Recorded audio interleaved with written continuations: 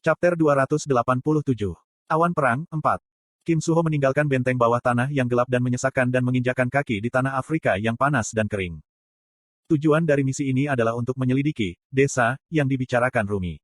Tim diperintahkan untuk mengkonfirmasi apakah benar ada desa di Afrika dan jika ada, berapa banyak penduduk yang tinggal di sana dan untuk mengetahui alasan Orden membangun desa-desa ini di tempat pertama. Tunggu sebentar. Tim pengintai terdiri dari Kim Suho, Shin Jong-hak, Chae Na-yun, dan Jin Se-yeon, di samping Bell dan Rumi yang akan bertindak sebagai pemandu. Karena itu perlu bagi tim untuk bergerak secara diam-diam, Kim Suho mengeluarkan koleksi kartunya. Sama dengan. Steel Powder, 7 star efektif, bagus. Bubuk yang menghapus kehadiran, 200 gram. Taburkan bubuk ini ke tubuh Anda untuk menghilangkan jejak gerakan fisik, efeknya berlangsung 24 jam per 3 gram. Sama dengan. Dia telah memperoleh kartu ini di kerajaan kartu. Itu sempurna untuk misi yang sangat rahasia seperti misi saat ini. Semuanya, tolong taburkan ini di tubuhmu. Kim Suho menggunakan kartunya tanpa menahan. Bubuk menyembunyikan kehadiran 6 anggota, dan tim memulai misi mereka dengan lancar. Ayo pergi. Mereka bergerak dalam keheningan total.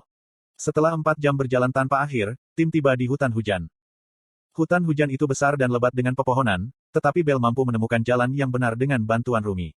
Monster-monster di hutan hujan tidak memperhatikan para pahlawan yang melewati mereka. Hei, Kim Suho. Saat mereka menerobos hutan lebat, Chae Na-yun tiba-tiba mengirim pesan kepada Kim Suho. Kamu juga mendapatkan pencarian, kan? Kim Suho tahu persis apa yang Chae Na-yun bicarakan. Quest, misi pengintaian. Hadiah selesai, dapatkan DP. Stat, tenacity, sedikit meningkat. Peringatan pencarian ini tiba-tiba muncul ketika dia pertama kali menerima misi. Itu mirip dengan pencarian dari Tower of Wish tetapi juga agak berbeda. Kim Suho menulis balasan tanpa sepatah kata pun.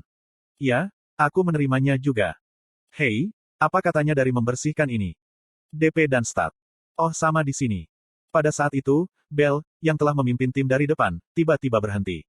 Kim Suho juga berhenti dan melihat ke depan. Di tempat di mana hutan hujan akhirnya tampak berakhir, Bell berbicara. Sepertinya kita ada di sini. Kim Suho dan anggota tim pengintai lainnya mendekati Bell. Mereka akhirnya bisa melihat pemandangan bahwa tubuh Bell menghalangi. Petik 2. Rahang mereka jatuh karena terkejut, dan mereka menjadi tak bisa berkata-kata. Mereka tahu bagian Afrika ini adalah ladang luas dengan rumput berwarna senja dan pohon hijau tinggi yang anggun selaras satu sama lain. Seperti itulah biasanya sabana. Wow! Tapi pemandangan yang terbentang di depan mereka tidak seperti yang mereka harapkan. Itu lebih seperti kota daripada desa. Hanya sedikit sabana yang tersisa di mana bangunan-bangunan tinggi itu berdiri dalam barisan. Sebuah bangunan setinggi 6 lantai berdiri di tengah-tengah kawasan perbelanjaan. Pusat kota dan daerah pemukiman terpisah, dan manusia dan monster humanoid berkerumun di jalanan. Desa ini disebut Lupiton. Ini adalah salah satu desa kelas menengah orden terbesar. Kebanyakan manusia yang tinggal di sini telah dicuci otak. Populasi sekitar 300,000 sampai 500,000, termasuk monster humanoid. Jadi pada dasarnya ini adalah kota berukuran sedang. Tuan dari desa ini adalah monster humanoid tingkat True Bond bernama Nempleron. Rumi menjelaskan begitu dia melihat desa. Desa kelas menengah, Lupiton, pikir Chae Na-yun, jika ini hanya kelas menengah, lalu seberapa besar desa tingkat atas? Jika ini hanya kelas menengah, lalu seberapa besar desa tingkat atas? Chae Na-yun berbicara dengan tepat apa yang ada di pikirannya. Desa-desa peringkat atas tidak besar. Mereka sebenarnya, laboratorium, tempat para ilmuwan orden mengubah manusia menjadi monster humanoid. Petik 2. Apa, laboratorium? Petik 2. Iya nih, karena Orden telah mencuci otak orang-orang ini, mereka semua ingin menjadi penghuni desa tingkat tinggi. Namun, untuk menjadi salah satu penghuni itu, mereka harus terlebih dahulu meningkatkan peringkat mereka melalui budidaya diri. Tapi ketika mereka benar-benar tiba di desa berpangkat tinggi, mereka segera menjadi bahan untuk monster humanoid. Petik 2. Tepat ketika Rumi akan melanjutkan penjelasannya, permusuhan mendidih yang ganas menghampiri mereka. Akhirnya aku menemukanmu. Tim mengalihkan pandangan mereka ke tempat suara itu berasal. Kamu bangsat. Hanya ada satu sosok di langit Afrika yang bersih, itu adalah Jin Sahyuk. Dia menatap Bell dan Rumi dengan amarah yang membara di matanya. Bell menelan ludah dan Rumi dengan cepat bersembunyi di belakang Chae Na-yun dan Jin Se-yeon. Reaksinya tampaknya cocok untuk mata-mata yang ketakutan, jadi Chae Na-yun dan Jin Se-yeon melindunginya tanpa pertanyaan. Petik 2. Jin Sahyuk. Kim Suho adalah orang pertama yang mengucapkan namanya. Tetapi Kim Suho adalah hal terjauh dari pikiran Jin Sahyuk saat ini. Kemarahannya diarahkan pada pria di kap, Bell. Kamu keparat. Sahyuk, bisakah kamu tenang? Bell dengan cepat mengirim pesan kepada Jin Sahyuk sebelum dia bahkan bisa menyelesaikan kalimatnya. Apa, kamu? Maafkan saya tidak pernah berharap Anda menemukan saya secepat ini. Sepertinya Anda telah tumbuh lagi, Sahyuk. Saya bangga padamu. Bell bingung. Dia tidak berbohong ketika mengatakan bahwa Jin Sahyuk telah tumbuh. Dia mungkin memiliki pemahaman tertinggi tentang statistik baru, ketidaktaatan, dan distorsi. Ya, itu sebabnya aku. Hanya biarkan aku pergi kali ini. Anda akan merusak segalanya jika Anda membuat keributan di sini. Tidak bisakah Anda melihat Chai Na-yun dan Kim Suho ada di sini? Omong kosong. Kemarahan Jin Sahyuk seperti gunung berapi meletus yang tidak bisa dihentikan. Bell, pergi tanpa pilihan lain, menyeret Kim Ha-jin ke dalam percakapan mereka sekali lagi. Chai Na-yun di sini memiliki sejarah dengan Kim Ha-jin. Beberapa hal yang dia tahu tidak sesuai dengan yang Anda ketahui. Apa? Kau pikir Kim Ha-jin adalah pelayanmu, kan? Tetapi ingatan Chai Na-yun menceritakan kisah yang berbeda. Anda tahu nama skill yang saya pelajari di Tower of Wish, Bell belajar seorang ahli yang disebut Laut Kenangan. Keterampilan ini memungkinkan dia untuk mengeksplorasi ingatan orang lain saat mereka tertidur atau tidak sadar. Bell melihat banyak kenangan orang selama dia tinggal di benteng bawah tanah. Chai Na-yun adalah salah satu target termudahnya. Ingatannya dipenuhi dengan emosi dan trauma yang tidak bisa diabaikan. Petik 2. Sahyuk, mungkin saja Kim Ha-jin berbohong. Anda harus memastikan dia tidak, kan? Jin Sahyuk tahu Bell mengatakan yang sebenarnya. Plus, bukankah kamu penasaran emosi dan ingatan seperti apa yang Chai Na-yun miliki tentang Kim Ha-jin? Saya yakin Anda akan terkejut jika Anda tahu. Dia memang penasaran dengan ingatan Chai Na-yun. Bagaimana dengan mereka yang membuat Bell begitu percaya diri? Baiklah bertingkah seperti kamu tidak mengenal kami, Sahyuk. Tidak bisakah Anda tahu dari kenyataan bahwa Rumi ada di sini bahwa kami melakukan semua ini untuk Anda? Petik 2. Jin Sahyuk memutuskan untuk membiarkan Bell menipunya sekali ini saja. Kak Kim Suho, kau bajingan. Saya sudah lama mencari Anda. Petik 2. Dia berpura-pura bahwa Kim Suho adalah targetnya selama ini. Tapi dia terdengar canggung, dan bahkan Kim Suho tampak bingung oleh perubahan sikapnya yang tiba-tiba. Petik 2. Ya, kamu pengkhianat. Dasar pengkhianat. Petik 2. Aku sudah mencarimu. Kim Suho, kau brengsek, kau anjing yang tidak setia, banteng yang tidak punya otak. Anda seperti kura-kura, pemakan tikus. Kamu sudah mati. Petik 2. Meskipun dia terdengar agak aneh, kemarahan Jin Sahyuk nyata. Kim Suho mencengkeram Misteltein dan menatap Jin Sahyuk. Oke, tapi mungkin mencoba menahannya. Kami tepat di sebelah desa Orden. Jika kita bertarung di sini, maka kita semua akan disko. Apa yang dikatakan Jalang itu? Kim Suho mencoba menenangkan Jin Sahyuk, tetapi satu anggota tertentu dari timnya tidak mungkin melewatkan penghinaan Jin Sahyuk. Dengan wajah terdistorsi dari kemarahan seperti troll, Chai Na-yun melangkah maju untuk menghadapi Jin Sahyuk. Siapa kamu? Dari mana pelacur gila ini berasal? Petik 2. Apa yang kamu katakan, hama? Petik 2. Kamu adalah hama. Chai Na-yun dan Jin Sahyuk. Keduanya cemberut satu sama lain dengan tampilan yang sama di wajah mereka. Bunga api melonjak saat tatapan mereka bertemu. Kontes menatap yang tak terhentikan akan segera dimulai. Itu dulu. Apa yang kamu lakukan di sini? Tiba-tiba, seorang pria muncul dari balik semak-semak. Semua orang mengalihkan perhatian mereka kepadanya.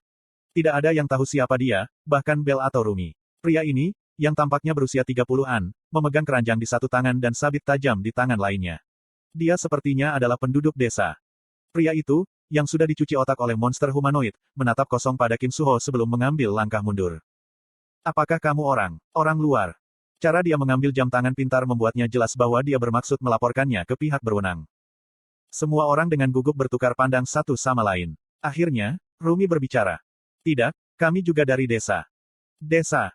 Ya, Lupiton. Kami keluar untuk mengumpulkan beberapa tanaman dan perkelahian terjadi di antara kami. Petik 2.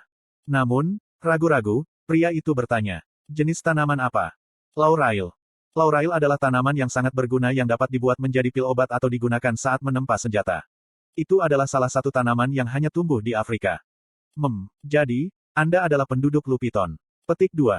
Pria itu tersenyum dan menggantung sabitnya di pinggangnya. Kamu harus berhenti bertarung dan pergi. Ini daerah berbahaya. Itu berada di bawah pengawasan ketat karena Dewa Tulang Suci. Tigris dijadwalkan untuk mengunjungi dalam seminggu. Jika Anda tertangkap oleh polisi, Anda bisa dipenjara. Petik 2. Begitu. Mari kita pergi bersama, kalau begitu. Petik 2. Rumi dan Bell mengikuti pria itu lebih dulu. Petik 2. Chai Na-yun, ayo pergi. Kim Suho meraih pergelangan tangan Chai Na-yun dan menariknya. Jin Sahyuk, kami belum pernah bertemu sejak Akatrina, iya. Saya melihat Anda juga mengenal Kim Suho. Petik 2. Berhenti berbicara kepadaku. Shin Jong-hak dan Jin Sah-hyuk berjalan dengan canggung satu sama lain, dan terakhir, Jin Seon berbisik di radio dari belakang. Kami menemukan sebuah desa bernama Lupiton. Kami akan menuju ke dalam. Petik 2. Dalam. Iya nih, situasinya telah menyimpang dari rencana awal kami, tetapi tampaknya orang-orang di sini tidak mencurigai kami karena penduduk desa tinggi. Namun, semua penduduk telah dicuci otak oleh Orden. Petik 2. Dicuci otak. Baiklah. Tapi terus laporkan. Juga, kirimi saya beberapa foto. Ya, jika terjadi sesuatu, aku akan mengirimmu permintaan bantuan. Jin Seon terus berjalan dengan mata terpaku pada Jin Sah-hyuk. Saya menghadap ke arah angin datang dan melepaskan, Tousan Mileais. Bidang penglihatanku meluas dalam sekejap dan mencapai titik di mana kekuatan sihir telah dimulai. Dari kejauhan, aku bisa melihat seekor serangga seukuran tanganku. Apa itu? Serangga itu bercahaya emas. Itu adalah capung yang mengepakkan dua pasang sayap emas, bergegas pergi. Ini capung emas. Mencucuk. Capung emas. Petik 2. Mata Tenzuhar melebar. Apakah kamu tahu apa itu? Mencucuk. Tentu saja. Ketika Tenzuhar mengangguk, capung sudah mendekati kami. Itu secepat kuru-kuru, tapi aku mengaktifkan bullet time dan bahkan menggunakan akselerasi instan Pinnacle Rank untuk menangkap serangga itu. Saya melihat capung di tangan saya. Sama dengan. Capung emas kedua, item keberuntungan tingkat puncak. Barang beruntung. Sangat sulit ditangkap, tapi rasanya seperti sesuatu yang baik akan terjadi ketika kamu membawa capung ini bersamamu. Menghasilkan 50 DP setiap jam.